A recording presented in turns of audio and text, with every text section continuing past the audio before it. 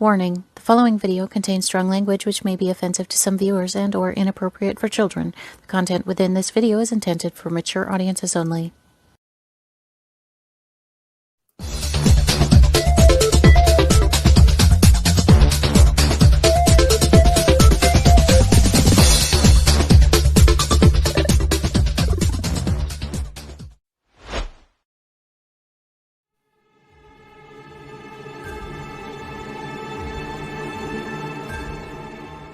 Welcome to the creepy parlor, where we delve into the dark side with an undercurrent of light-hearted fun. Our discussions will explore gothic, macabre, or creepy topics. The first Tuesday of every month, we will host a haunted happy hour where you can join us for a group conversation that focuses on ghosts, weird events, urban legends, and more.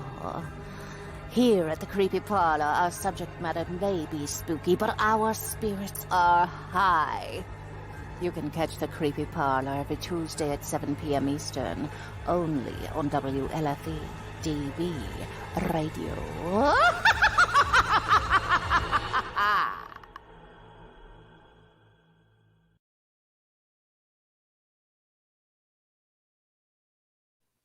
Good evening, everybody, and welcome. I'm Genevieve, and I will be your ghostess for the next hour here at the Creepy Parlor.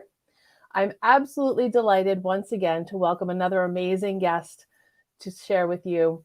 Tonight, we're welcoming Jason. Jason is a fellow WLFE-DB Radio host. He has the Bipolar DM show. And we are going to talk about the history of Dungeons & Dragons, which is one of my favorite topics. And we're also going to touch a little bit on the Satanic Panic of the 80s as it pertains to D&D, and then get into some really cool things that Jason's been doing. So without any delay, I'm going to bring him in and let him introduce himself. Welcome, Hello. Jason. Hello, how are you? I'm doing very well. How are you? I am awesome. Welcome to the parlor. Thank you for having me. I am so happy to be here. I'm excited. So tell everybody a little bit about yourself, please. Well, I am the host of the Bipolar DM radio show. We are a show about Dungeons & Dragons, indie writing, and living with a mental illness, in particular bipolar disorder, borderline personality disorder, and major depression, among other diagnoses. So we cover a range of topics, mostly geek is what we do. And we play Dungeons & Dragons live on here. We talk about it. We talk about mental health and a lot of crossover in these topics, especially with Dungeons & Dragons and mental health. And been doing that a lot lately. Awesome. I'm so happy that you're here to share this stuff with us. I love your show. I love that you touch on some of these topics that are a bit difficult for some people to talk about, and that you're raising awareness. I think that what you're doing is just absolutely fantastic. So thank you. Thank you for spending the time with me tonight. Oh, yeah. Let me get your information up here. I'm going to scroll Jason's website down at the bottom, the bipolardm.com. So please check him out. So let's get started. All right, let's go. So what do you know about the history of D&D? Let's start that way. Well, not to date myself, but it was I grew up in the 90s as playing Dungeons & Dragons, so I was catching the tail end of the Satanic Panic and some of that stigma as a teenager growing up with Dungeons & Dragons. So there was still some stigma attached to the game, but not so much as it was during the 80s. It was still very much it's a geek thing. We had the kids that would walk around with, these big, huge bags of dice attached to them and play Dungeons & Dragons during recess or during lunch break and stuff like that. And so, but I've always been fascinated with the history of Dungeons & Dragons and when it started, the things that they went through and things that we went through playing, and the evolution of the game to where it is now and how it's been so embraced by the general public.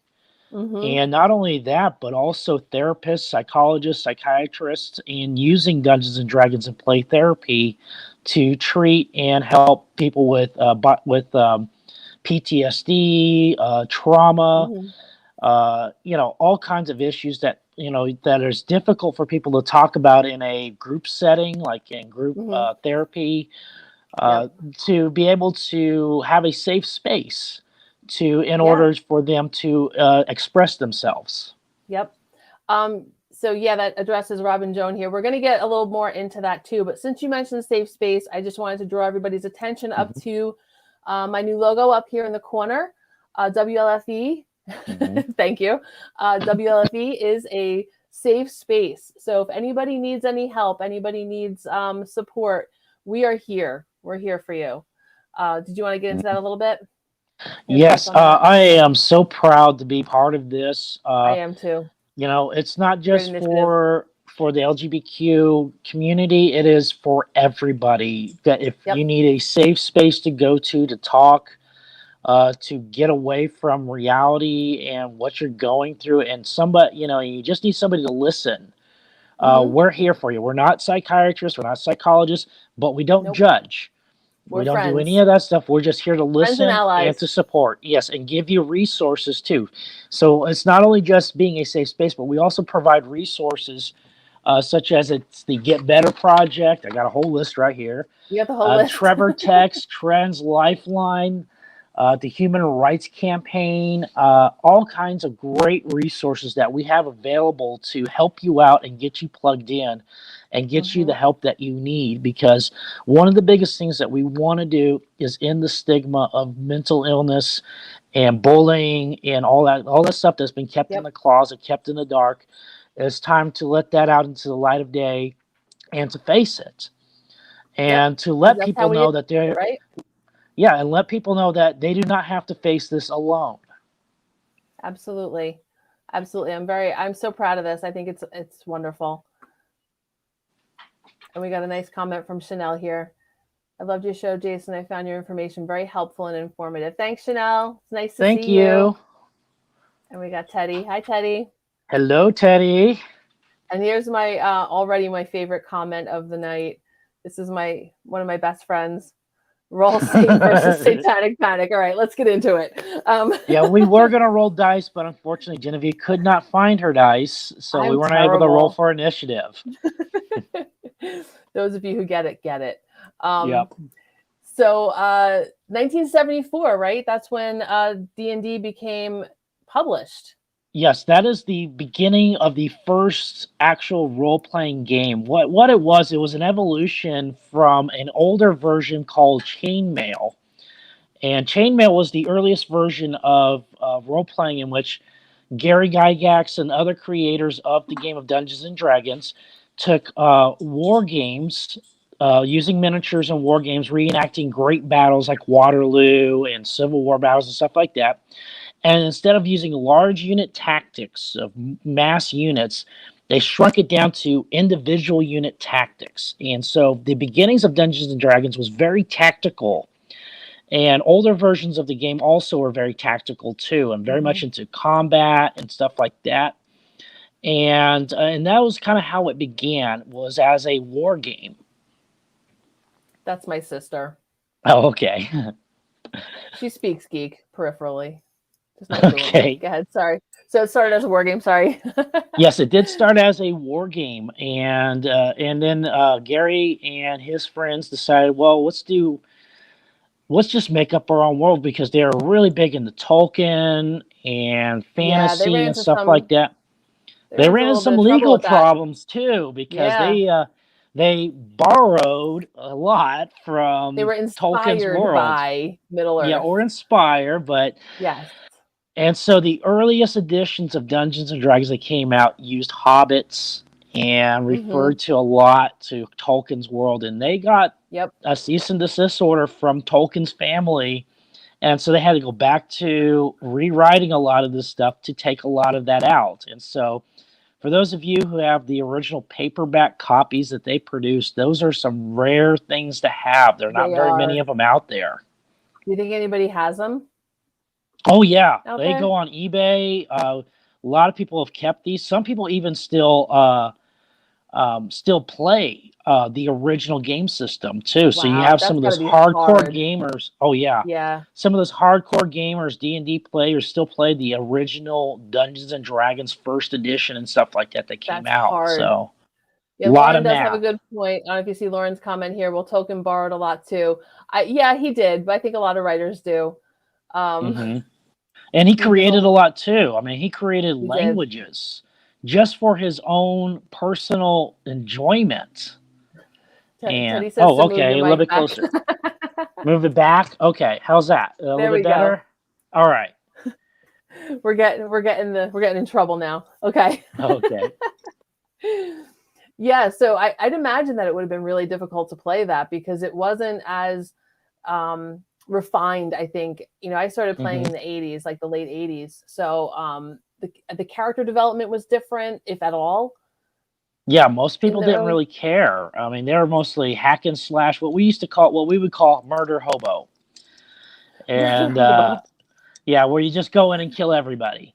And that's a D&D term that we use for a lot of old style games where you just want a lot of combat and just killing monsters and stuff like that. And so what's great about the game, especially in this current edition, is it allows for as much character development and role playing as you want versus how much as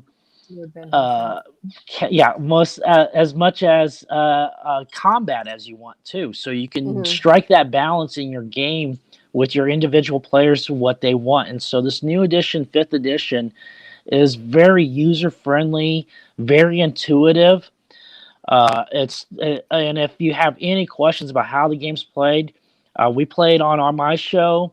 There's great shows like Critical Role, Acquisitions Incorporated, and other live streaming. And what's so wild about it is that the format of Dungeons and Dragons fits so well in modern production, especially live streaming, and has really taken off in the last 5-6 years, especially with Critical Role.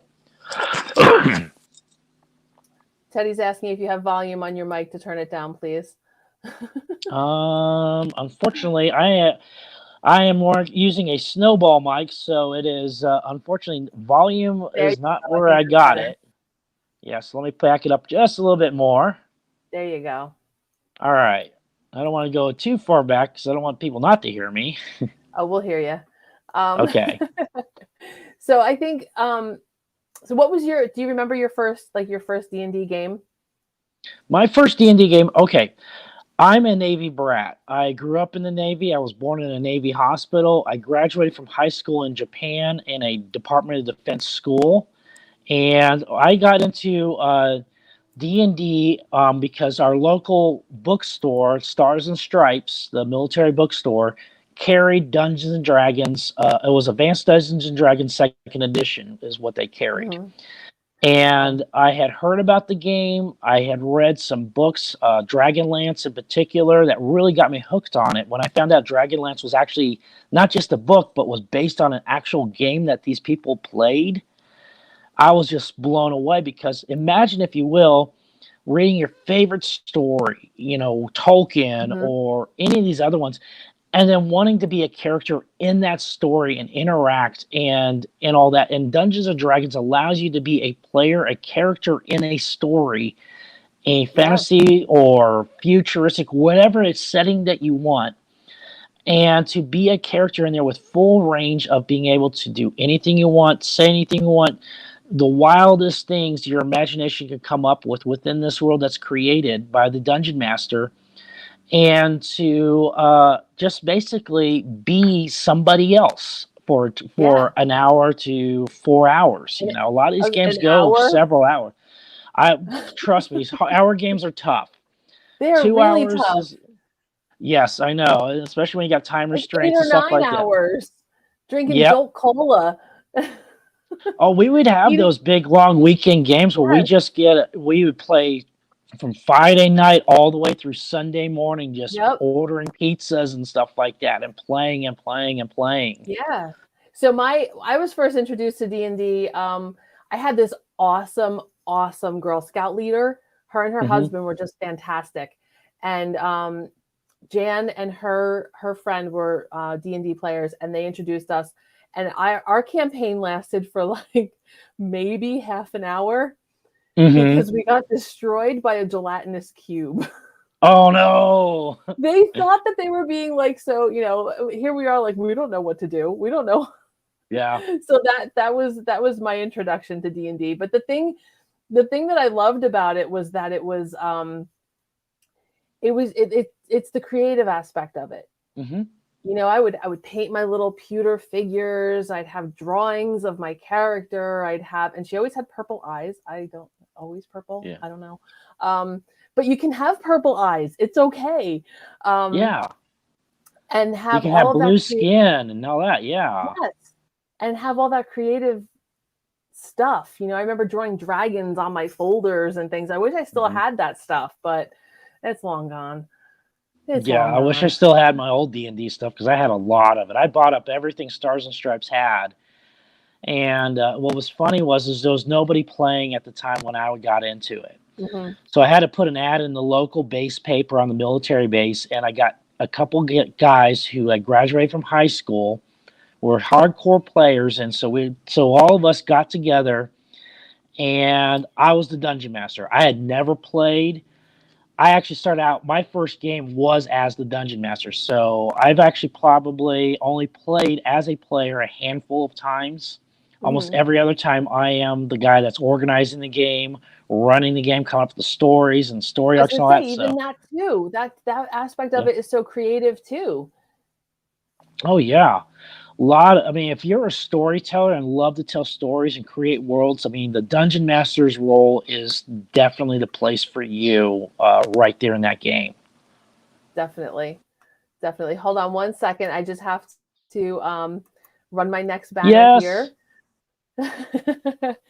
my very favorite, my best friend's daughter, the love of my life, Miss Cassie. It's her birthday today, so she turns 14. So happy birthday, Cassie. Get a nice shout out from us geeks over here. Yep. Happy birthday, Cassie. Happy birthday. Let's see. I hope she's watching. I know her mom's watching. Her mom and dad are watching.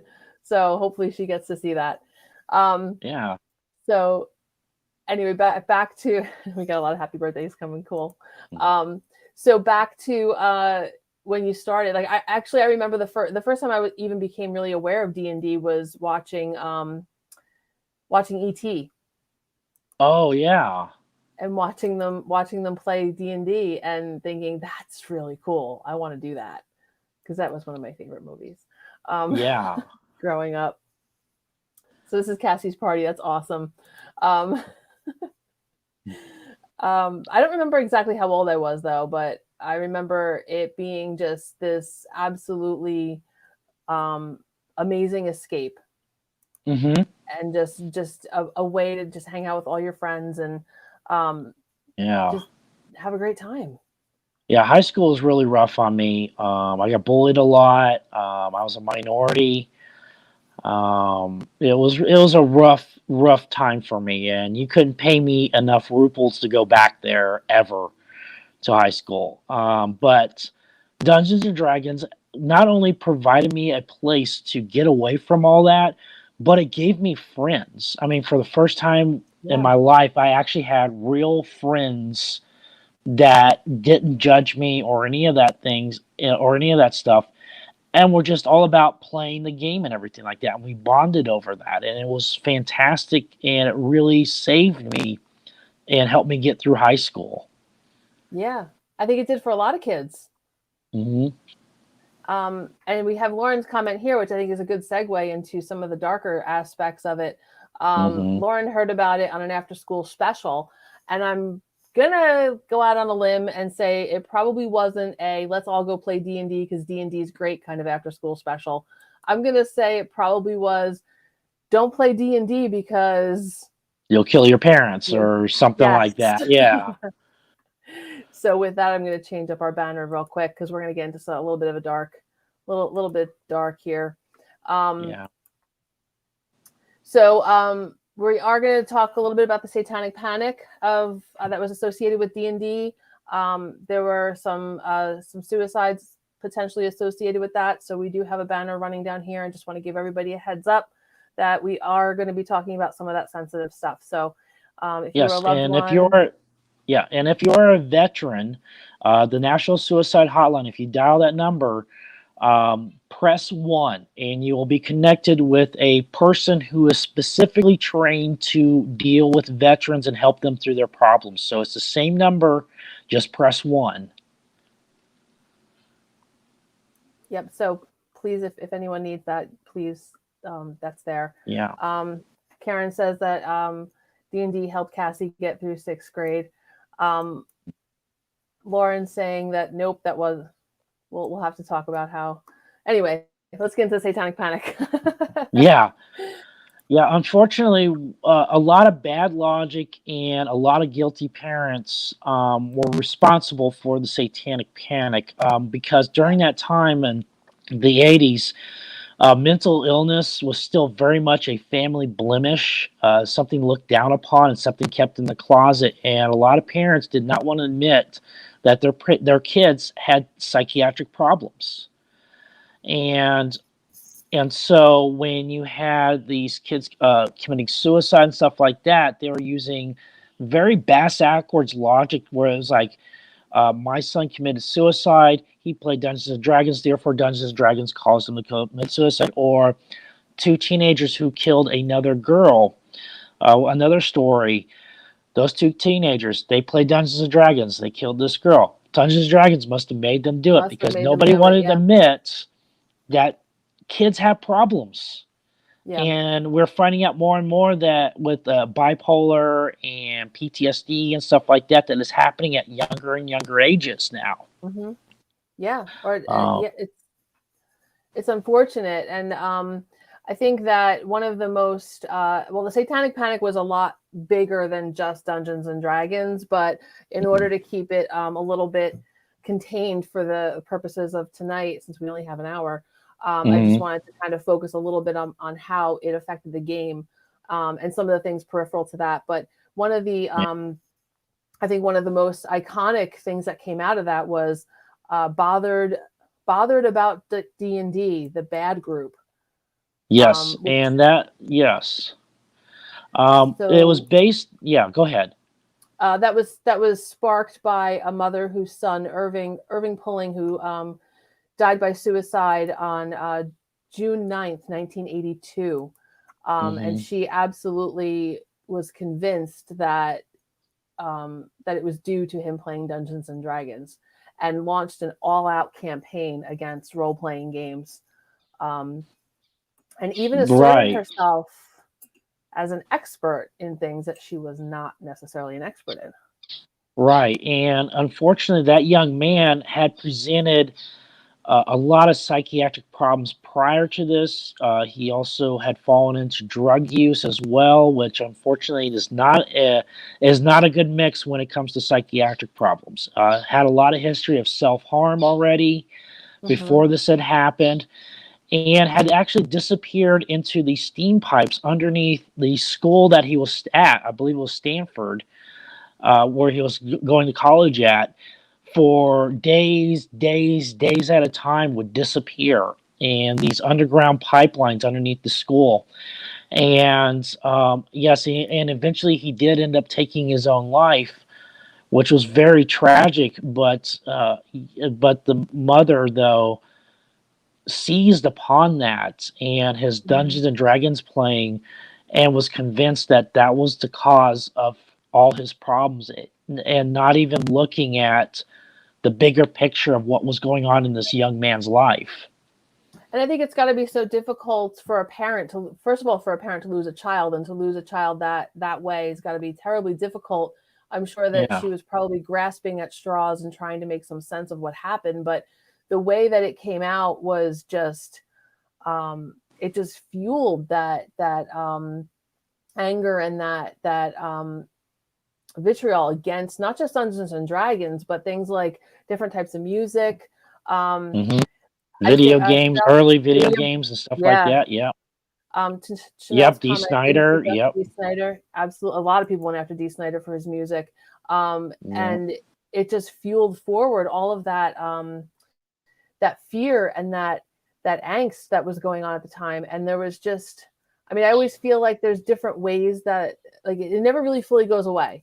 I think I mentioned this to you when we talked. I feel like the Inquisition never left. It just changes names. Yes. But it was definitely, I think, a pretty good example of something like that too, where they were just trying to grasp at straws to lay blame on something that they just didn't see. Yeah, and you also have to understand the culture at the time too. I mean, we're coming out of the 70s and going into the 80s and stuff like that. And so parents are really concerned about the morality of their kids and stuff like that too. And unfortunately, they were preyed upon by larger religious rights groups who, although were well-intentioned, were doing the wrong thing. You know, especially with labeling rock music and video games and all these other things as corrupting the youth and leading them to these terrible acts that were being committed. And like I said before, it was all really bad logic. You know, just A plus B does not equal C kind of, was not even the formula. Well, then I think you also had the cultural impact of that as well. You had Mazes and Monsters with Tom Hanks. That was based on that story, correct? Yes, it was based on the Stanford. It was based on the book, that book by Janet Tallison.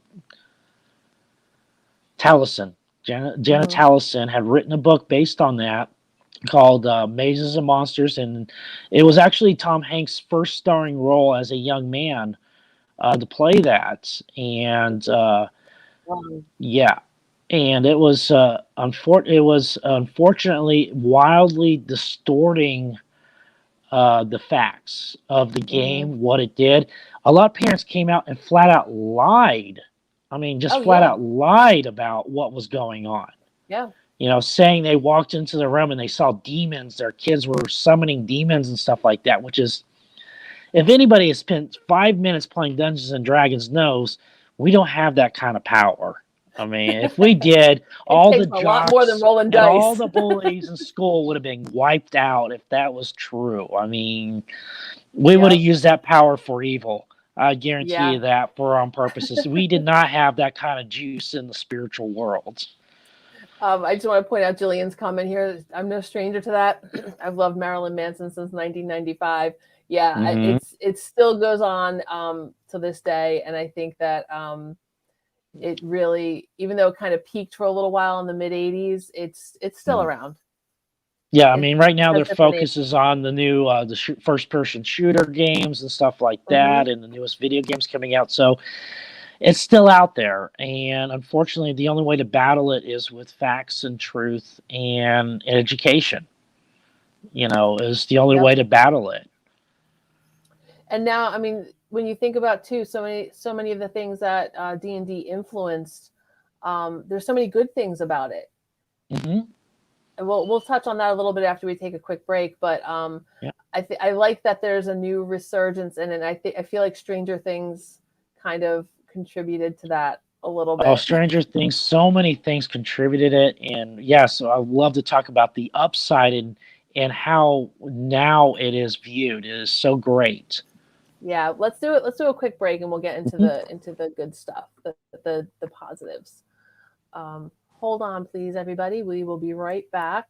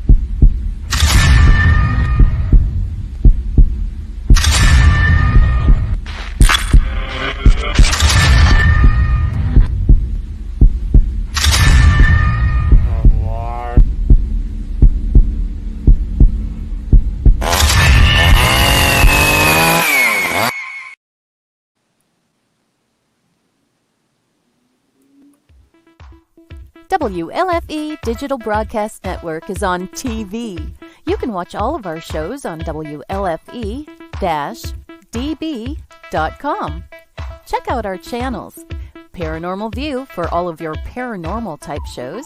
LGBTQ Friends for all of our LGBTQ shows. Variety Unlimited for all other shows. It runs 24/7 right on WLFE-db.com. You'll even catch the lives, all in one place. Never miss an episode, past or future. WLFE-db.com, where our shows are your shows. Search for your favorite shows like Where's My Sage, Inside the Drag Closet, Across the Pond, Everything Yet Nothing, Paratalk Radio, Step into the Paranormal, The Creepy Parlor, Just Cindy, and more. Now you won't miss an episode. Remember, follow Facebook Live and YouTube Live. Make sure you subscribe and follow your favorite WLFE-DB radio shows. You can find our shows where you listen to your favorite podcasts, like Spotify, Amazon Music, iHeartRadio, and more. WLFE-DB Radio is looking for podcasts to join our family. You don't have to fit any strict genre. We're a plethora of shows. If you're looking to jump on a growing network, then contact us at WLFE-DB Radio@gmail.com. Wow, Amazon Music just got a whole lot better. Your favorite shows from WLFE-DB Radio can now be found there. Yes, we are on Amazon Music, found under podcasts. Download the app, find podcasts, and search all of your favorite shows. Shows like Where's My Sage, Across the Pond, Everything Yet Nothing, Skeptical Help Bar, The Creepy Parlor, Just Cindy, and much more. Now you don't have to miss an episode ever. Amazon Music is WLFE-DB Radiofied.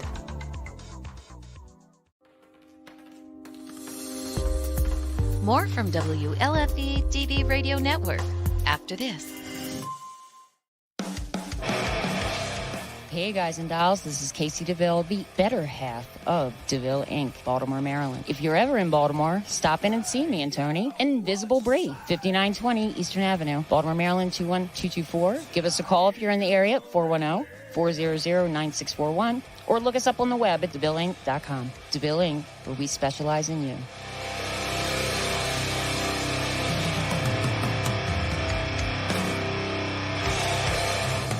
Oh, yeah. Life just got sweeter now that WLFE-DB has merchandise. Show your support by purchasing your t-shirts for WLFE, Paratalk Radio, Inside the Drag Closet, and more. But it doesn't stop there. T-shirts, coffee mugs, tanks, buttons, cloth bags, and more. Go to WLFE-DB.com. On the top bar, click on the merchandise tab and bam! There you go. You got merch. Support the shows. WLFE-DB.com. You're listening to WLFE-DB Radio. Now, back to our program.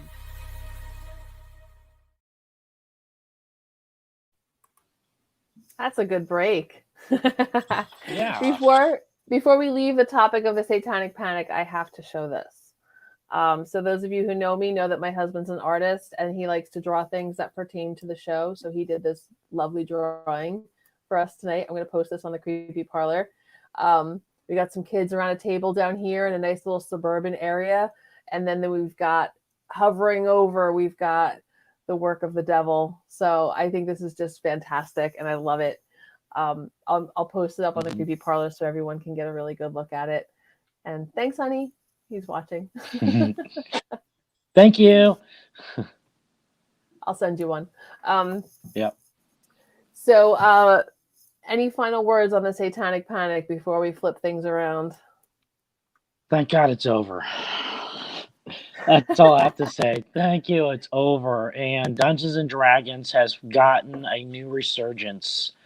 Especially in recent years with shows like Critical Role and Stranger Things and like Acquisitions Incorporated. Yeah. Critical Role. Let's get into that for a little bit. All right. Critical Role. For those of you who are not familiar, I love It is a group of nerd. All right, this is how they describe themselves. This is not that me saying this. This is what they say. It's a bunch of nerdy ass voice actors gathering together to play Dungeons and Dragons. So these are professional voice actors. They do in character voices and everything like that. And that for 4 hours every Thursday, they play Dungeons and Dragons. And this group had been playing for 3 years before they actually got picked up by Twitch. It was just a home game that they were playing on their own. A friend of theirs, Felicia Day, had said, hey, let's go ahead and broadcast this. Yes. She said, let's go ahead and broadcast this. And so they're like, nobody's going to watch this. Who's going to watch us play Dungeons and Dragons for 4 hours? And it blew up. I mean, just unbelievably how it blew up. And it is now one of the most popular shows out there. They had a Kickstarter that raised over $11 million. They were looking only for a couple hundred grand just to get things going. They raised, because of support of the show and what they were doing, they raised over $11 million to invest in Vox Machina and the which is the name of the party that played the first campaign. Comics, animated series is on the way. All kinds of great things coming down the pipe with Critical Role. But that was they weren't the first, but they set the gold standard for playing Dungeons and Dragons on live stream. And it really got me back into the game after a long break too, because after seeing this new edition of Dungeons and Dragons, seeing them play, I was like, man, I gotta get back into this. And so I hit eBay, I was buying books up, got back into it, threw games together, and I was back in the game. How long were you not playing? I played a bit in the Army, and I stopped for about 15 years playing. So it was about 15 years I hadn't played. And but it was always on the back of my mind of just wanting to get back into it again. But I never had friends who wanted to play, never had networking or any of that kind of stuff. And then when I got back into it, though, we had a local comic book store, and I was able to post a little flyer saying, hey, I want to put a game together. And I got a couple people together, and we're still playing. We played through the pandemic virtually. We have a campaign that's been going on for 9 months so far. Wow. And it's not even close to being ending. We're still going strong. So we've been playing this one campaign for 9 months now. Wow.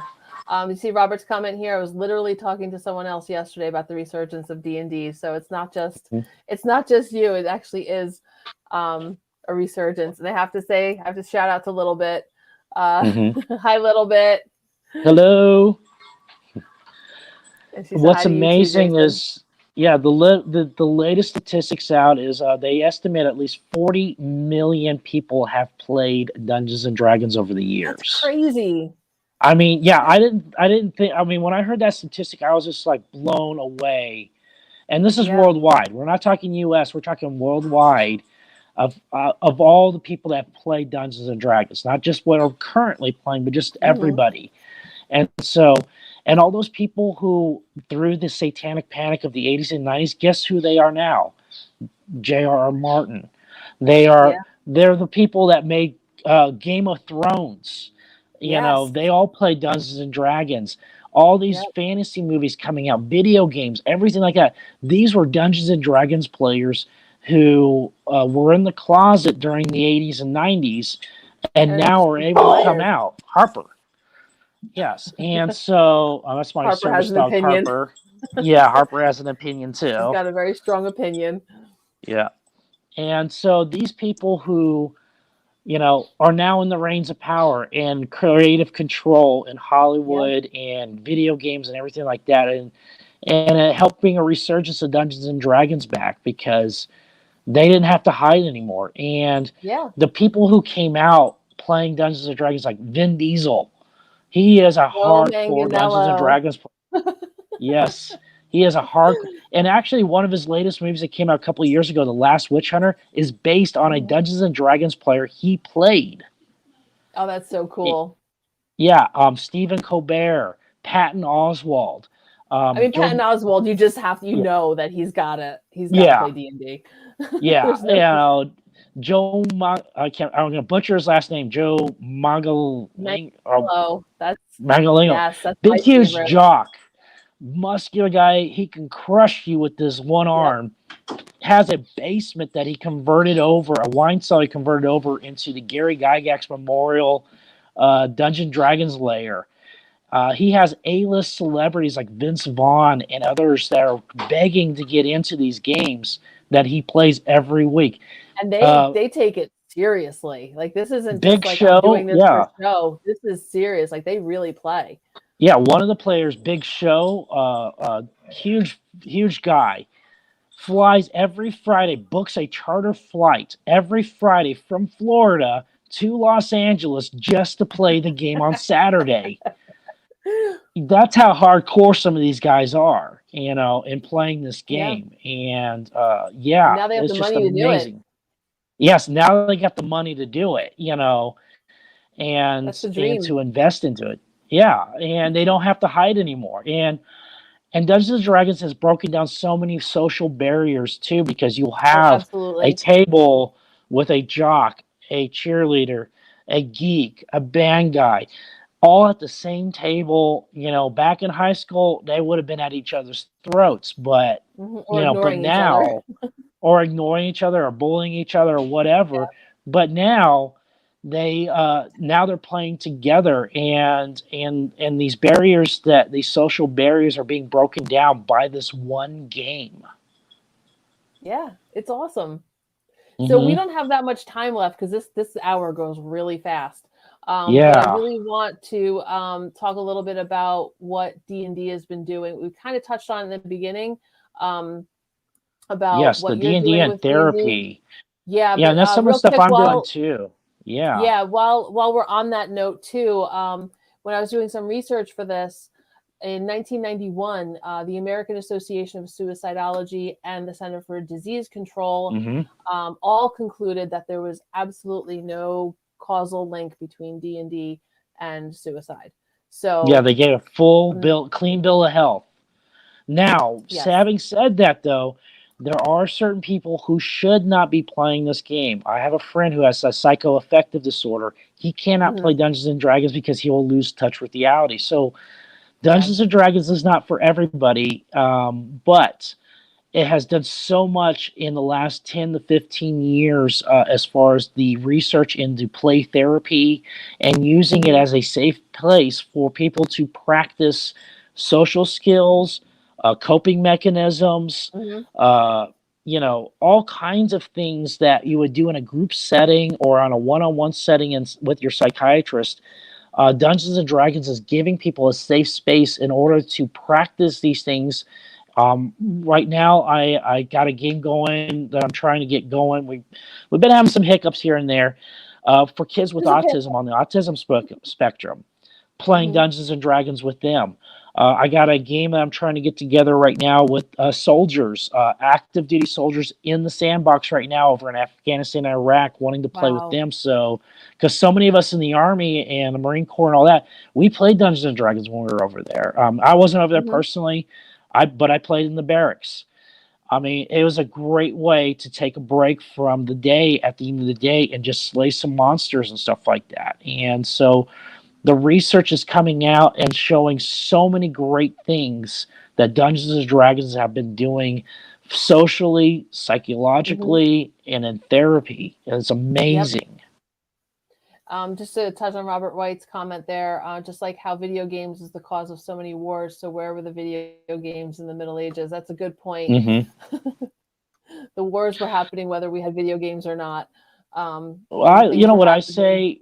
People will kill each other over the Easter Bunny. It doesn't matter. That's just but Dungeons and Dragons, though, is not. I mean, people were predicting and back in that time that there'll be blood in the streets and kids will be killing their parents left and right, and none of that came to happen. In fact, the suicide rate went down. The homicide rate went down. Statistically, across the board, these people that were playing Dungeons and Dragons, everything went down when they started playing Dungeons and Dragons. They have a creative outlet. Yes, and the statistics don't lie. You know, they fully prove that Dungeons and Dragons has been a great model for people, model of heroism, honor, you know, having respect for your fellow person at the table and stuff like that. And so there's so many things that are instilled naturally in the game itself. You see Robin Jones' Yes. comment. Thanks, Jason, for such a well-rounded, knowledgeable talk about D&D. Yeah. Yes, thank you. And thanks for watching us, guys. We Yeah. still have some more time, but thank you. And I think that when you approach things with this much information and this much background, it takes that like stigma out of it too. And the mystery too, because everybody's like Yes. mysterious. What is this Dungeons and Dragons thing? And is there really witchcraft and demons and stuff like that? And it's like, no, it's just collective storytelling, you know, and there's so many great videos on YouTube. If you want to do some research on Dungeons and Dragons, do some YouTube videos. There's some great videos out there, professionally done, well-researched videos onto Dungeons and Dragons and the people who are playing it today and the benefits of it. Yeah. So we have a few minutes to talk about your show and what you're doing too. So if you want to just share with everybody a little bit more about what you're doing, that would be awesome. Okay. Well, right now we have a game that we're getting ready to play on the 1st of the month. This May 1st, we're going to be playing Dungeons and Dragons, and so we're going to play that again.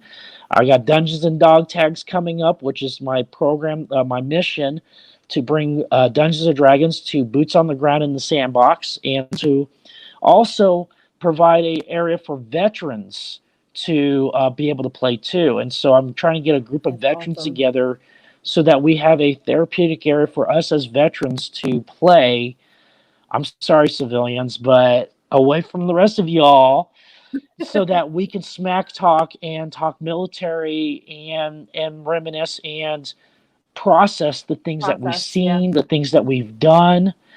And so Dungeons & Dragons have done so many things, and so I got a lot of things on the pipeline that we're still working on, things that we're trying to get together. So if any of you out there know somebody that's in the sandbox right now, active duty, I just need one person, just one, to get this going overseas.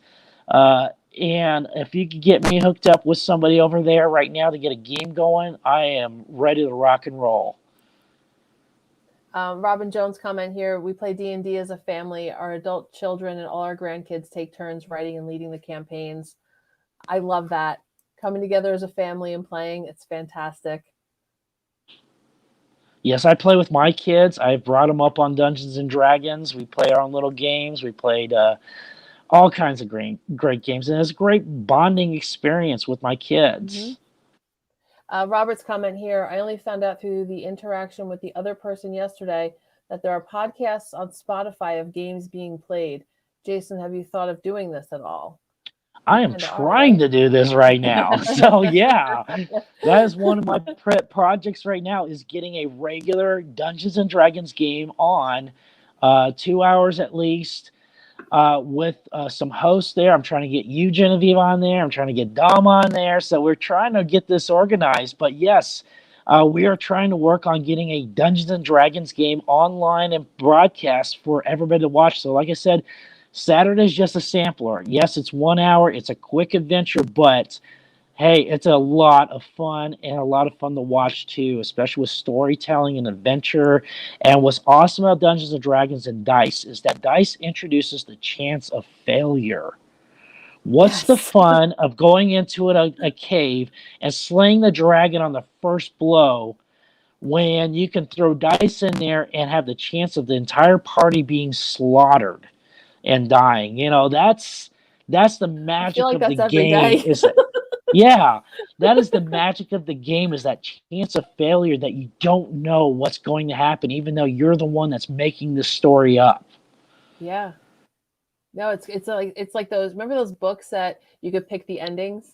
Choose Your Own Adventure. I love those things. I Yeah. had those. I'm actually thinking about writing a modern version of one too, Oh, that would be great. which is a lot of work because you got to write like 6 stories and then all together. But I've actually ran into some apps that actually have that, where where people are voluntarily making these stories on apps and stuff like that of Choose Your Own Adventures, just like back in the 90s and stuff like that. Oh, they were a lot of fun. Yeah. Everyone, please check out Jason's website, thebipolardm.com. You can also find him on Facebook. You can find him on our page, WLFE-db.com, WLFE-DB Radio on Facebook. Please like, follow, and share. He's got some great stuff happening. Yeah, I got articles, I got videos, all kinds of stuff on the topics of Dungeons and Dragons, mental illness. A lot of great videos I found that I post. A lot of great articles, and plus Dungeons and Dragons stuff, indie writing. But yes, all that stuff there. If you go to my webpage, I got links to WLFE. I got links to my podcast. I got links to my live show and previous episodes of that too. So check it out. Check out us playing on there.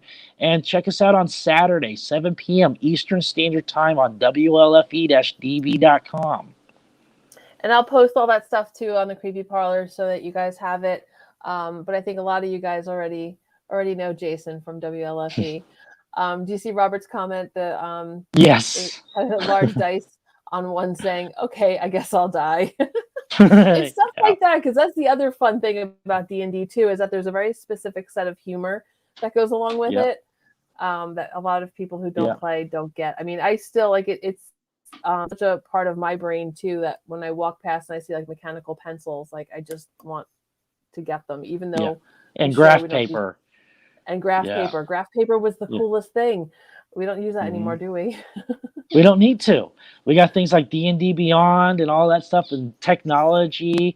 But there's also old school us that likes still using pen and paper and all that, which is great about Dungeons & Dragons, because it accommodates all kinds of playing styles. So whether you're old school pen and paper like me, or modern playing D&D Beyond or Roll20 or any of these other platforms, there's a place for you at the table for everybody. And that's the best, like what you just said right there, I think is the best, the best statement. There's a place at the table for everybody. And there is. That's what we all want, right? We all want a place at the table. Yep. Yeah, we all want to belong. Yeah. Yeah, and even if you have purple eyes and blue skin. Yes. Or like T-Roy's character, which is a fairy with a magical thorn whip, Yes. I love him so much. Yeah. Yes. So I'm going to see him tonight and deliver this little beauty that I made for him. For those of you who are Dungeons and Dragons player, you will immediately recognize the mimic with dice inside for him to play. He's got his own dice now. Yes, he now has the power of dice. So, yes. Oh, man, so much fun things that you do with Dungeons and Dragons and crafts and artwork and all that. It's not just the tabletop. It's all kinds of genres. And you've got people building like all of the like castles and oh, yeah. Houses, full 3D sets and stuff like that. I mean, amazing stuff and amazing talent too. Yeah, it's really definitely an amazing creative outlet. I can't say enough really good things about that. And yes, Robert's point here, there are no exclusions. Yep. You're only limited by your imagination. That is it. Your own imagination. And don't be a jerk there. That's your that's the other thing. Don't be a jerk. Because I have had some wild stuff that I couldn't even begin to imagine my players have come up with, and it's amazing. So I have some, man, if we had another hour, I have some stories I could tell you about things, crazy things my adventurers have done. Wow. Yeah, people get crazy. It's so much fun though. It really is a great outlet, and I will get to your table. I will. Yep. Just be patient with me. I will. Yes. Got a lot going on. So what do you have coming up next? All right, we What's got next the week, though? Dungeons and Dragons game on the 1st. After that, on the 8th, I have an interview with Dr. Francesco Cusco from Australia. Did his thesis Cool. on Dungeons and Dragons and therapy. Yes, part 2. Oh, yes. And Part and two. so yes, Dr. Cusco is going to be coming on. We're still working that. He's 15 hours ahead of us, so he's not only on a different time zone, he's on a different day of the week. So being on the other side of the world. So, but yeah, this is a worldwide phenomenon, and I am so pumped about the people that are coming down on the pipe that I got coming up, like Dr. Cusco and others who have taken Dungeons and Dragons and done more with it than even Gary Gygax could possibly imagine. Gary must be smiling about all this. Yes. He has to He's be. gotta be. Yeah. Yep. Well, we are just about out of time. I just want to say a few quick things about what we have coming up here at the Creepy Parlor. Next week, we have a haunted happy hour. So if anybody out there is interested in joining us for the haunted happy hour, please reach out to me. You can message me on the Creepy Parlor Facebook page, or you can send me an email at thecreepyparlor@gmail.com. We'd love to have some new faces on the happy hour. After that, I've got the Rocky Horror Picture Show group Friday night special. Nice. On May 11th. I'm really excited about that. Yeah. But I'll be posting all that stuff up probably this weekend. So please check out the Creepy Parlor for all the fun things that we're doing there. And you can definitely check out WLFE-db.com for all of the great shows that we have here on our network. Check out Psychomantium 13. I'm also there as well. And all of the associated pages with that, PBDC TV, Psycho Bunny Death Cult, all great content creators everywhere. So there's definitely something for everybody. Yes. And what's great about some of these shows, if you didn't like a particular episode, watch it again, because every episode's a little bit different. So, give it a shot. There's so many great programs we got. Yeah, and the other cool thing that I'm doing is on Monday nights I co-host with Dominic on Real Talk with Dom, and we've got a lot of great guests coming up on there. So definitely check us out. If you miss a show, you can always catch up, and you can also listen to us on audio as well. So check us out, please. Guarantee you'll find something you like. Yes. So, any final words, sir? Yes, my final word, what I always say at the end of my show: take your meds. Good advice. Don't forget to stay tuned here. Where's My Sage is coming up next. Thank you all, my creepy darlings, for joining us this evening. I hope that you had as much fun as we did, and we will see you next week. Have a great night. Bye. Bye.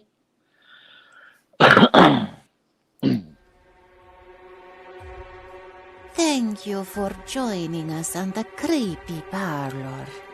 Join us next Tuesday at 7 p.m. Eastern for another fantastic show.